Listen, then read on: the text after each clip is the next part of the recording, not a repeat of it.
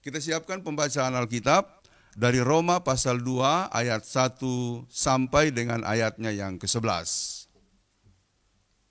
Sebelum kita membaca dan merenungkannya, mari kita merendahkan diri di hadapan Tuhan. Kita tundukkan kepala kita berdoa. Ya Tuhan, diamkanlah semua suara dalam hati kami, kecuali suara Tuhan. Dan pusatkanlah perhatian kami terhadap suara Tuhan di dalam firman yang hendak kami baca. Amin. Hukuman Allah atas semua orang. Karena itu, hai manusia, siapapun juga engkau yang menghakimi orang lain, engkau sendiri tidak bebas dari salah. Sebab dalam menghakimi orang lain, engkau menghakimi dirimu sendiri, karena engkau yang menghakimi orang lain melakukan hal-hal yang sama. Tetapi kita tahu bahwa hukuman Allah berlangsung secara jujur atas mereka yang berbuat demikian. Dan engkau, hai manusia, engkau yang menghakimi mereka yang berbuat demikian, sedangkan engkau sendiri melakukan juga. Adakah engkau sangka bahwa engkau akan luput dari hukuman Allah? Maukah engkau menganggap sepi kekayaan, kemurahannya, kesabarannya, dan kelapangan hatinya? Tidakkah engkau tahu bahwa maksud kemurahan Allah ialah menuntun engkau kepada pertobatan? Tetapi oleh kekerasan hatimu yang tidak mau bertobat, engkau menimbun murka atas dirimu sendiri pada hari waktu mana murka dan hukuman Allah yang adil akan dinyatakan. Ia akan membalas setiap orang menurut perbuatannya, yaitu hidup kekal kepada mereka yang dengan tekun berbuat baik, mencari kemuliaan, kehormatan, dan ketidakbinasaan. Tetapi murka dan geram kepada mereka yang mencari kepentingan sendiri, yang tidak taat kepada kebenaran, melainkan taat kepada kelaliman. Penderitaan dan kesesakan akan menimpa setiap orang yang berbuat jahat, pertama-tama orang Yahudi dan juga orang Yunani.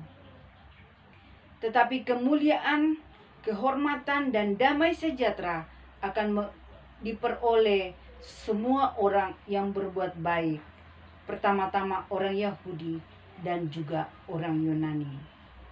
Sebab Allah tidak memandang bulu. Demikianlah firman Tuhan, terpujilah Tuhan Yesus Kristus. Haleluya.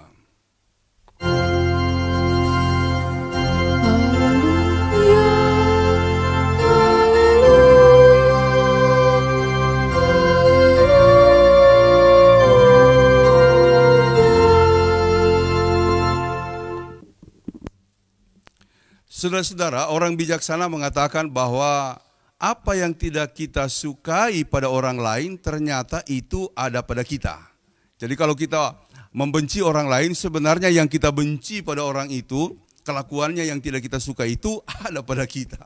Dan biasanya ini ada, sikap ini biasanya terjadi atau hampir berlaku umum kepada orang tua. Kita marah anak-anak kita ya, karena kelakuan-kelakuannya yang tidak kita sukai. Tetapi sebenarnya kelakuan-kelakuan yang ada pada anak-anak itu yang tidak kita sukai itu ternyata itu kelakuan kita dulu atau kelakuan kita juga sampai sekarang.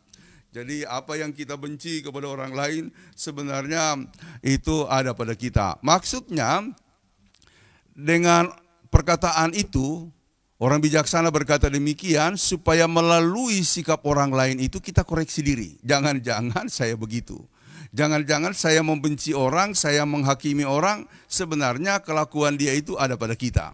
Dan itu yang dikatakan tadi di dalam ayatnya yang pertama, pada saat kamu menghakimi orang lain, engkau menghakimi dirimu sendiri.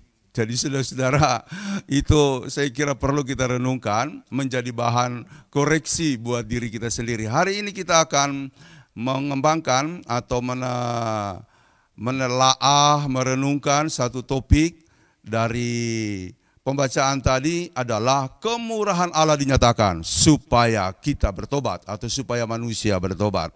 Tetapi saya akan mulai dulu dengan soal penghakiman yang sangat ditekankan dari ayat 1 sampai kepada beberapa ayat, bahkan juga sampai ke ayatnya yang ke-11. Jadi dikatakan di dalam ayatnya yang pertama tadi, karena itu hai manusia, dikatakan kepada kita semua di dalam ayatnya yang pertama, karena itu hai manusia siapapun juga engkau yang menghakimi orang lain, engkau sendiri tidak bebas dari salah, sebab dalam menghakimi orang lain engkau menghakimi dirimu sendiri. Karena engkau menghakimi orang lain, karena engkau yang menghakimi orang lain melakukan hal-hal yang sama. Jadi seperti yang saya tekankan tadi, mengutip wejangan dari para bijak, dari orang-orang yang bijaksana, bahwa kalau kita menghakimi orang lain sebenarnya kita menghakimi juga diri kita. Kalau kita membenci sikap orang lain sebenarnya sikap yang kita benci itu ada pada diri kita. Saudara-saudara, latar belakang dari perikop ini adalah kehidupan orang-orang Yahudi yang merasa bangga, bahkan juga mereka merasa lebih daripada yang lain sebab mereka adalah umat pilihan Tuhan. Nah, tetapi Paulus memberikan semacam pengajaran-pengajaran untuk meluruskan sikap mereka. Jangan sampai apa yang mereka banggakan itu lalu tidak sejalan dengan apa yang difirmankan oleh Allah. Betul, mereka adalah umat pilihan dan bahkan Allah tetap mengasihi mereka sekalipun mereka kedapatan tidak setia. Dijelaskan kalau kita baca pada pasal yang berikut di ayatnya yang pertama sampai dengan ayatnya yang ke-4a, saya bacakan saja ayatnya di pasal 3 tapi ya, sesudah pasal 2 sampai di ayatnya yang ke-4a. Dikatakan begini, jika demikian apakah kelebihan orang Yahudi dan apakah gunanya sunat? Banyak sekali dan di dalam segala hal. Dan jadi bagaimana jika di antara mereka ada yang tidak setia? Dapatkah ketidaksetiaan itu membatalkan kesetiaan Allah? Sekali-kali tidak. Jadi ceritanya orang Yahudi itu membanggakan diri karena mereka menyadari atau mereka sangat meyakini hidupnya atau dirinya atau bangsanya adalah umat pilihan Tuhan. Itu benar. Dan karena itu kata Paulus, kalaupun mereka kedapatan tidak setia, itu tidak membatalkan kesetiaan Allah. Jadi Allah tetap mengasihi mereka, bahkan sampai sekarang. Untuk umat Israel yang disebut sebagai umat pilihan Tuhan, yang dipilih langsung, lalu kemudian tetap dikasihi. Nah, hanya kalau kita mau bicara lebih panjang, kejahatan-kejahatan selalu tidak direstui oleh Allah. Tidak dikenan oleh Allah. Karena itu kalau Israel kedapatan tidak setia, Allah akan menghukum. Dalam ayat-ayat dari perikop tadi dikatakan murka Allah akan dinyatakan kepada setiap orang percaya, termasuk kepada mereka yang disebut sebagai umat pilihan. Apalagi sekarang Israel terus berperang, ya. Walaupun mereka punya dalil-dalil, punya argumentasi yang kadang-kadang disokong oleh berbagai pihak, termasuk orang Kristen di Indonesia kadang-kadang sangat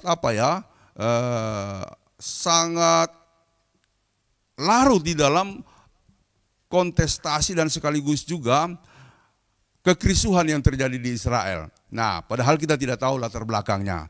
Jadi, kalau mereka membunuh, kalau mereka berperang, Tuhan tidak suka. Nah, jadi saudara-saudara, intinya mereka adalah umat yang dipilih oleh Tuhan. Ketika ada yang tidak setia di antara mereka, Tuhan tetap setia. Sampai hari ini Tuhan tetap setia dan kemudian mengharapkan supaya mereka kembali ke jalan yang benar. Jadi itu penegasan yang pertama soal kedudukan mereka sebagai umat pilihan yang kedua.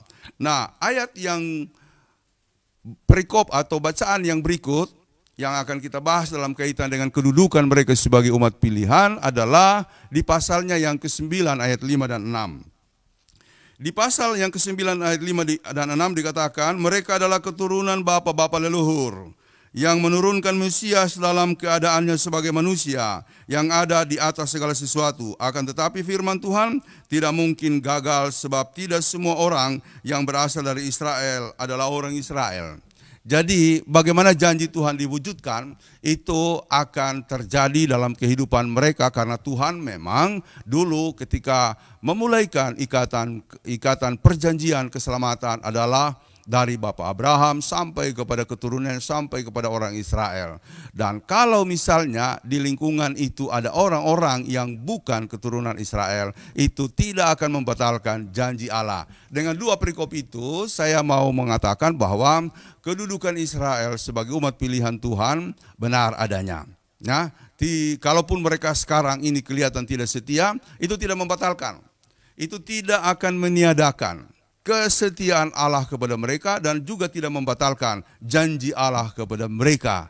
Nah, tetapi kalau di antara mereka ada yang berbuat salah, maka kemudian mereka akan mendapatkan hukuman daripada Tuhan. Dan disitulah kita akan kemudian membicarakan hal yang kedua. Kalau tadi berkaitan dengan umat pilihan, lalu bagaimana dengan orang-orang lain, dengan kita yang bukan keturunan Israel secara biologis? Tuhan mengatakan bahwa kita pun ketika percaya kepada Yesus Kristus sebagai penyataan, sebagai wujud, sebagai penggenap akan Taurat Tuhan, ketika kita percaya kepadanya, maka kita juga mengalami atau menerima atau hidup dalam jaminan janji keselamatan Allah yang diterima oleh manusia, mulai dari Israel melalui Abraham sampai kepada kita Yesus Kristus yang kita percayai sebagai Tuhan dan Juru Selamat kita. Jadi kehidupan kita pun adalah bagian dari sejarah keselamatan Tuhan ketika kita percaya kepada Kristus. Dan itulah sebabnya ketika kita membaca pasal 3 ayat 23 dan 24, karena semua orang telah berbuat dosa dan telah kehilangan kemuliaan Allah, dan oleh kasih karunia telah dibenarkan dengan cuma-cuma karena penebusan dalam Kristus Yesus. Jadi sekarang kerangka penyelamatannya adalah Yesus Kristus. Semua orang sekarang ini kedapatan bersalah, baik orang Yahudi yang kemudian disebut sebagai umat pilihan Allah, maupun kita. Semua berada dalam kategori yang disebut umat bersalah atau manusia yang berdosa. Oleh karenanya di tengah-tengah keberdosaan itu kita mendapatkan anugerah, atau kita kemudian menerima anugerah dari Tuhan melalui kehadiran Yesus Kristus yang memberikan penebusannya dengan cuma-cuma kepada siapa saja. Jadi siapa percaya kepada Yesus lalu meninggalkan dosanya, dia hidup sebagai umat pilihan Tuhan. Kita hidup sebagai umat yang ada dalam ikatan janji keselamatan Allah yang sudah diberikan kepada Bapak Abraham, lalu kemudian dinyatakan dengan sempurna di dalam diri Yesus Kristus yang telah mati, bahkan bangkit dan duduk di sebelah kanan Allah, menjadi penentu kehidupan kita di masa yang akan datang.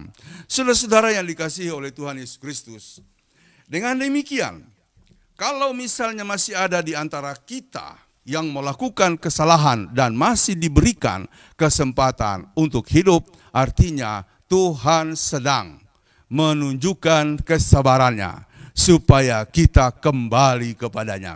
Jadi sekarang ini seperti juga yang pernah saya uraikan, semua orang mendapatkan berkat daripada Tuhan. Orang jahat, orang baik menerima sinar matahari yang sama, menerima waktu-waktu yang sama, bahkan orang jahat juga disembuhkan, orang yang korupsi juga ditolong oleh Tuhan, bahkan berkat-berkatnya masih mengalir kepada kehidupan mereka.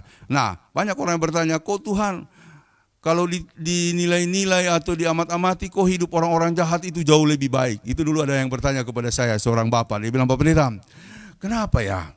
Saya sudah berjuang, sudah berusaha sedemikian rupa, tapi kok susah, masih susah. Sementara itu orang kenal jelas-jelas dia korupsi.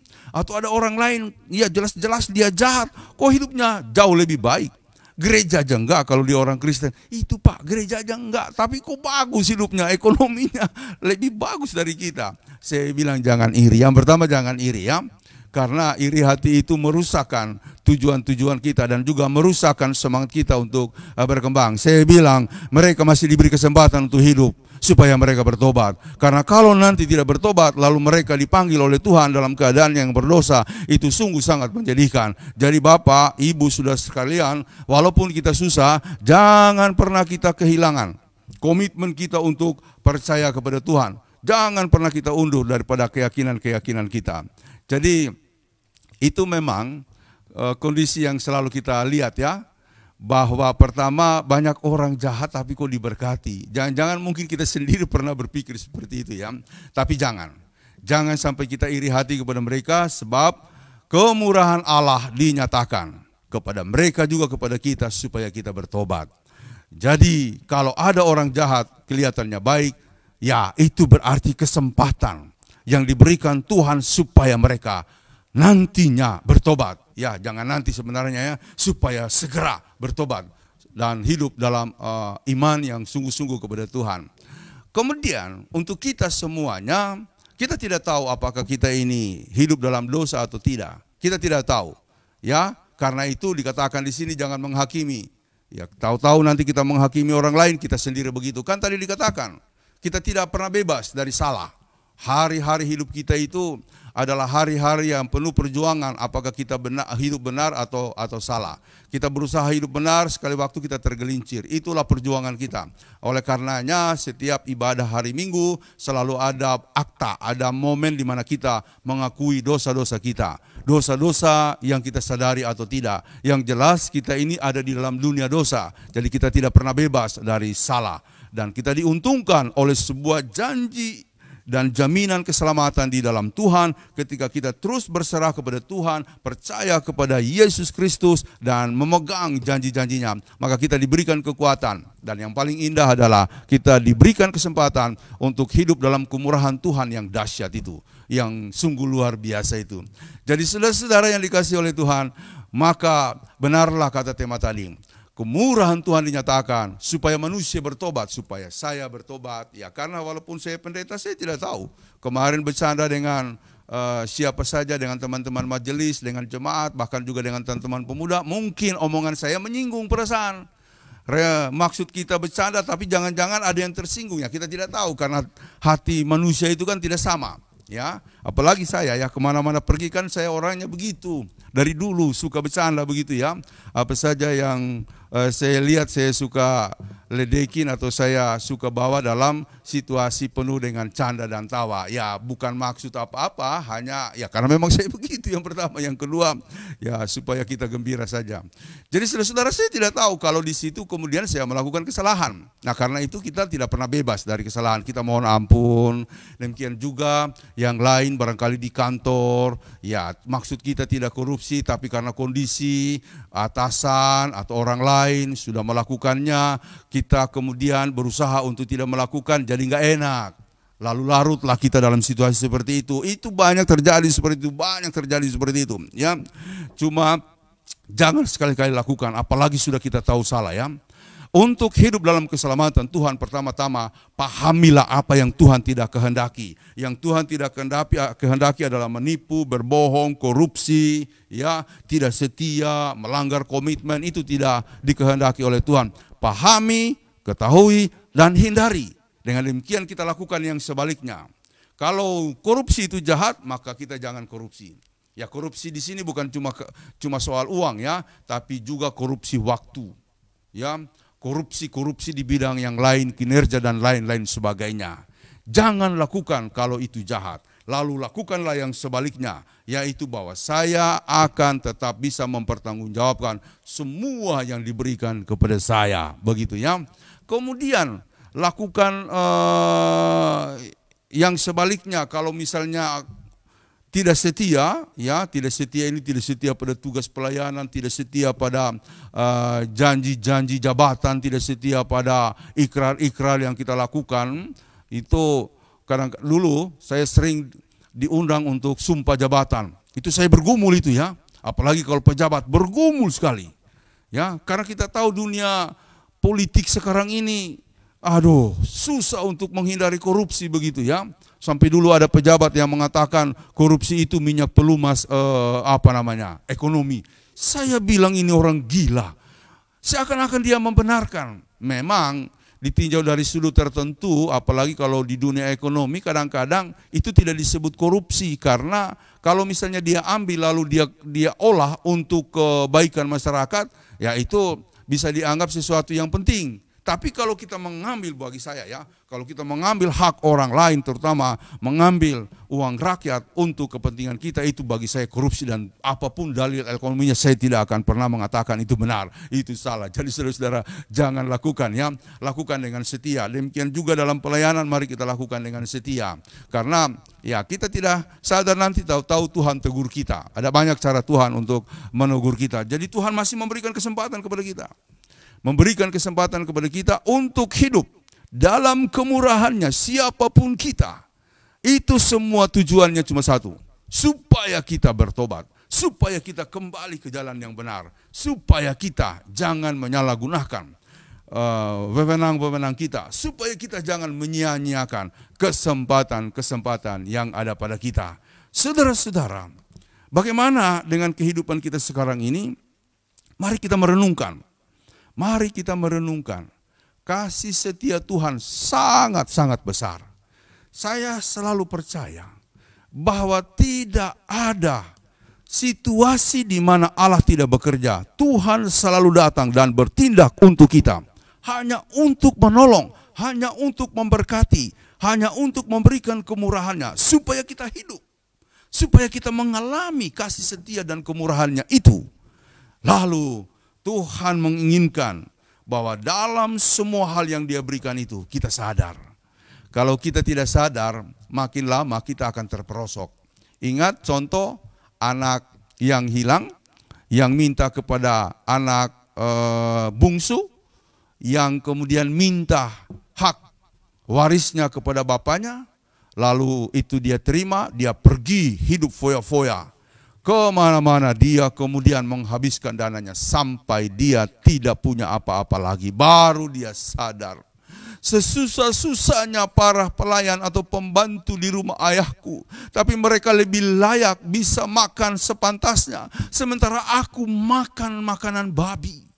Saudara-saudara, lalu dia berniat untuk kembali. Puji Tuhan, Allah Maha Kuasa, Dia menerima kembali anaknya yang bungsu itu. Walaupun kalau dalam cerita di Alkitab, si sulung agak iri hati. Dia tidak menerima. Tapi dia mengatakan kepada si sulung, semua yang aku punya adalah milikmu. Tetapi dia, adikmu itu, telah mati tapi hidup kembali. Ia telah hilang tapi telah ditemukan kembali. Saudara-saudara, ada banyak situasi yang membuat kita hilang di dalam dunia ini. Ada banyak kondisi karena kita merasa nyaman, enak, tentram, lalu kita tidak mau lagi ada di dalam persekutuan beribadah. Jangan kaget nanti kalau kemudian terjadi suatu keadaan kepada kita. Kita baru sadar, Tuhan, saya minta ampun. Jangan sampai terjadi begitu. Lebih baik kita kembalikan posisi kita untuk setia kepada Tuhan. Saudara-saudara, ada yang mengatakan kepada saya begini, tuh Pak Pendeta, kenapa Tuhan selalu baik ya kepada orang-orang yang jahat? Saya bilang karena kasih setia Tuhan itu sangat tinggi. Kejahatan-kejahatan bagaimanapun besarnya, tingginya, tidak akan pernah melewati kasih setia Tuhan. Selalu kasih setia Tuhan ada di atasnya. Apakah kita harus terus berbuat dosa supaya kasih setia Tuhan lebih tinggi lagi, lebih tinggi lagi? Kita berbuat jahat, kasih setia Tuhan ada di atasnya dan seterusnya? Oh tidak, jangan berpikir seperti itu. Karena ada batas di mana Tuhan akan melakukan caranya, tindakannya supaya kita kembali, ya, supaya kita bertobat. Yang lain, kenapa Tuhan begitu berpengasihan? Karena memang itulah Tuhan. Dia maha kuasa dalam segalanya. Karena itu Yesus datang menyatakan Allah yang maha kuasa ini. Dia ditolak oleh orang-orang Yahudi karena Yesus menyampaikan Allah yang sesungguhnya. Allah yang maha pengampun, Allah yang mengasihi orang berdosa. Jadi Allah yang disampaikan oleh Yesus seringkali tidak pas dengan pemikiran orang-orang Yahudi, meskipun mereka sudah lama menerima firman Tuhan, sudah lama mendapatkan janji-janji Allah. Tapi ternyata dalam proses waktu yang berjalan, mereka lalu kemudian mulai melupakan Allah yang sesungguhnya. Dan Yesus datang untuk menunjukkan Allah yang sesungguhnya itu, yakni Allah melalui diri Yesus Kristus yang mengasihi orang berdosa, yang memberikan kasih karunia-Nya kepada semua orang. Itulah sebabnya ketika Yesus makan di rumah orang berdosa, para orang-orang Yahudi lalu heran dan bertanya kepada murid-muridnya di kejauhan, loh kenapa gurumu ikut dan masuk di rumah orang berdosa? Karena bagi orang Yahudi orang berdosa itu najis, harus dihindari. Padahal Allah adalah Allah yang mencari orang-orang berdosa. Saudara-saudara, inilah sifat Yahudi. Karena mereka merasa sangat-sangat istimewa sebab umat pilihan Tuhan, lalu mereka kemudian menjas orang lain. Menjas orang lain sebagai orang yang tidak pantas untuk menerima kasih karunia Tuhan. Saya melihatnya begini, pada awalnya mereka hidup benar. Lalu kemudian mereka mengembangkan hukum 10. Taurat itu kan dari hukum 10. Hukum 10 itu mereka kembangkan, mereka kemudian buatkan juknis-juknisnya. Hukum 10 itu sekarang kalau di tradisi Yahudi, aturan-aturan yang kemudian dijabarkan sampai sedetil-detilnya itu ada 800-an aturan, sampai 1000-an aturan. Padahal tadinya cuma 10 hukum lalu kemudian diatur, dibuat lebih detail, lalu supaya mereka bisa menerapkannya dalam situasi apapun. Ternyata ada beberapa aturan yang membuat mereka sudah menjauh dari nilai utama dari substansi hukum Tuhan. Ya, misalnya saya ambil contoh yang pernah saya ceritakan dulu, ibadah hari Sabat. Ketika hari Sabat itu jadi ibadah mereka sangat menjunjung dan menghormatinya. Dan bagi mereka hari ibadah hari Sabat tidak boleh melakukan pekerjaan apapun. Jadi sampai sekarang orang Yahudi pada hari Sabat tidak melakukan kegiatan, sampai makan pun tidak. Mereka puasa pada hari Sabat. Jadi hari Jumat malam atau subuh hari Sabtu mereka sudah sarapan dan kemudian berpuasa sampai malam, sampai malam minggu kalau sekarang. Nah, ternyata bukan cuma itu, mereka buat sampai detil dan saya kira sudah menyimpang. Ya, BAB yang itu tidak bisa dihindari setiap hari, itu pun tidak boleh dilakukan. Tidak boleh dilakukan. Jadi bayangkan bagaimana orang kalau umpamanya sakit perut ya, setengah mati dia mau tahan itu. Tapi menurut saya itu sudah aneh begitu ya. Jadi banyak aturan-aturan lain yang kemudian mereka praktekkan secara menyimpang. Dan bahkan mereka kemudian sangat terikat dengan hukum-hukum yang mereka susun sendiri sampai kepada bagaimana mereka bergaul. Nah, mereka punya aturan kalau ada orang berdosa tidak boleh mereka bangun relasi, tidak boleh berhubungan dengan mereka. Jadi harus dihindari karena itu adalah dosa. Dengan demikian mereka sudah mulai menghilangkan nilai substantif, nilai paling dasar dari hukum Tuhan, yaitu supaya kita hidup benar, dan kehidupan yang benar ini harus dirasakan oleh orang lain sampai ke dalam kehidupan yang nyata di masyarakat. Bahwa kita harus menyatakan kasih Allah kepada semua orang.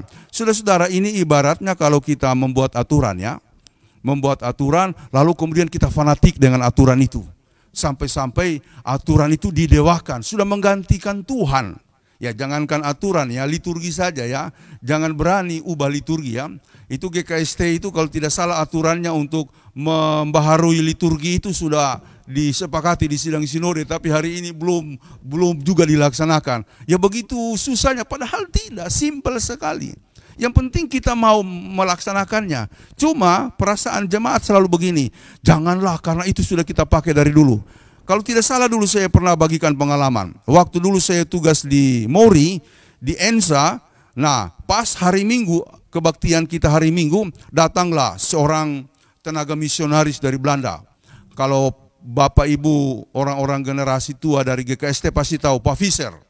Dia dulu pernah lama melayani di Sulawesi, di Poso. Lalu kemudian sesudah itu dia kembali.